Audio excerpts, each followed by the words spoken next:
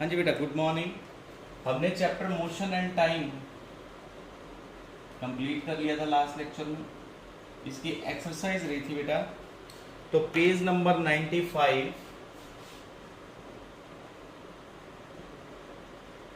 पे एक्सरसाइज यानी इसमें पहला फिल इन द ब्लैंक्स का है बेटा। An object is set to be at rest if it, पहला ऑप्शन आएगा बेटा डजंट चेंज। रेस्ट पे बॉडी कब होगी? जब वो अपनी पोजीशन चेंज ना करे टाइम के साथ। सेकंड क्वेश्चन बेटा, SI unit of time second. हाँ जी।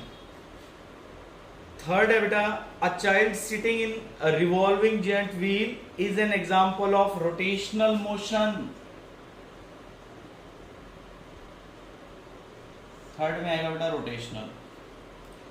फोर्थ है बेटा, a car moving on a busy straight road is an example of. इसके दो आंसर आ सकते हैं, आप नॉन यूनिफॉर्म भी लिख सकते हो, सेकंड आप लीनियर भी लिख सकते हो, रेक्टिलिनियर या नॉन यूनिफॉर्म। फिफ्थ है बेटा, speedometer of a motor bike measures its speed in kilometre per our. Kilometre per our, गाड़ियों में जो स्पीडोमीटर है वो स्पीड कैसे मापता है? किलोमीटर पर आवर में मेजर करके आपको बताता है बेटा। अब है बेटा नेक्स्ट क्वेश्चन है ट्रू फॉल्स का। सेकंड जो क्वेश्चन है आपका that is of true false. First है बेटा, the speed of fast moving train is usually measured in metre per second. ये फॉल्स है बेटा, क्योंकि हम किलोमीटर पर आवर में मेजर करते हैं। तो फर्स्ट का आंसर है false. Average speed remains constant for an object having a uniform motion, ये ट्रू। एवरेज स्पीड कांस्टेंट रहेगी। थर्ड बेटा, a man walks for 1 minute at the speed of 1 meter per second along a straight track. The total distance covered by him is 1 meter. False. Third is false.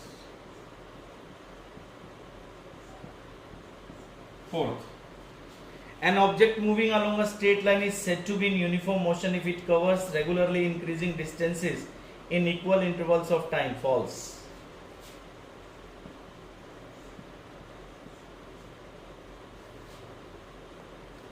The time period of a simple pendulum that takes 42 seconds to complete 20 oscillation equals 2.1 seconds. True.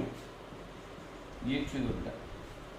Sixth बेटा, the distance time graph for a car kept parked on a side road is a straight line parallel to the time axis. Yes, true. जैसे car हो, वो parked हो, तो जैसे मान लो वो 10 metre पे खड़ी है, कब? जैसे 10 बजे, 10:10 पे भी वो वहीं खड़ी होगी, 20 पे भी वहीं, 30 पे भी वहीं, तो ये पॉइंट ऐसे आएंगे ना, ये लाइन ऐसी आ जाएगी। तो अगर वो पार्किंग में खड़ी है तो आपका ग्राफ ऐसा आएगा। इसके बाद बेटा नेक्स्ट क्वेश्चन है एमसीक्यू। थर्ड क्वेश्चन आपका पेज नंबर 96 पे। तो पेज 96 पे जो फर्स्ट क्वेश्चन है, which of the following is the correct formula, वो है बेटा distance is equal to speed into time. ये सारे हमने थ्योरी में किए हुए हैं। स्पीड इनटू टाइम किसका फॉर्मूला है? डिस्टेंस का। A man walks on a straight road from his home to market 3 kilometre away with the speed of 6 kilometre per hour. अब एक पर्सन है, उसने मार्केट जाना है, 3 किलोमीटर है उसकी मार्केट, और उसकी स्पीड 6 किलोमीटर पर आवर है। तो उसको कितना टाइम लगेगा घर से मार्केट तक जाने में? देखो 1 घंटे में वो कितना चलता है? 6 kilometre.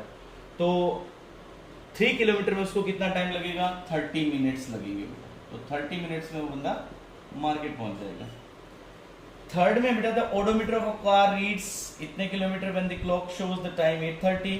Odometer reading changes to so reading at 8:50 AM moved by the car. इस 20 मिनट में कितना डिस्टेंस चला है?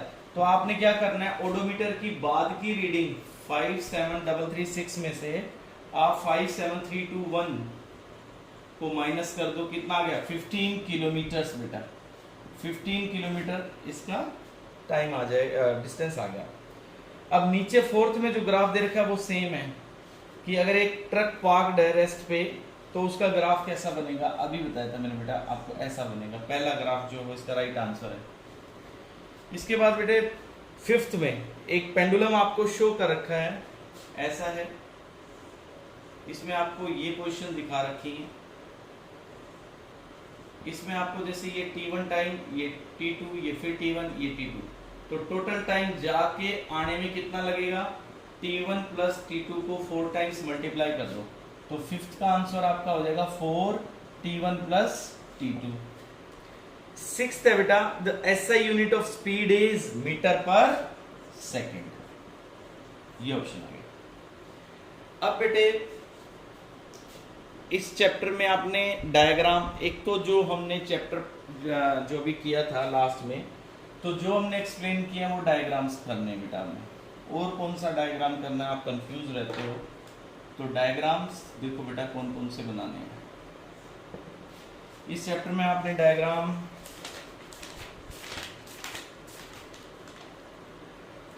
एक तो आपने बनाना है 83 पेज पे जो कार का डायग्राम है,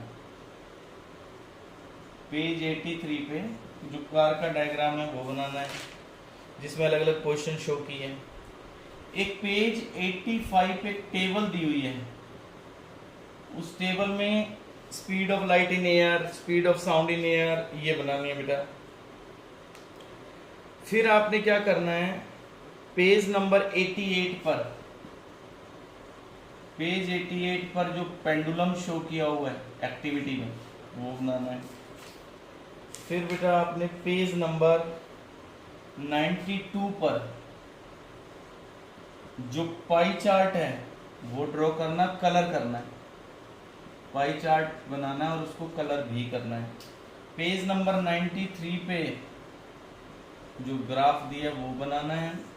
इनके अलावा जो न्यूमेरिकल्स हमने किए हैं, जो आप चेक करा चुके हो क्लास में, वो आपने फेयर नोटबुक के ऊपर करना है। ठीक है बेटा, thank you, have a nice day. ये चैप्टर कंप्लीट करके और फिर इसका टेस्ट होगा, आप अपनी प्रिपरेशन रखिएगा। ठीक है बेटा।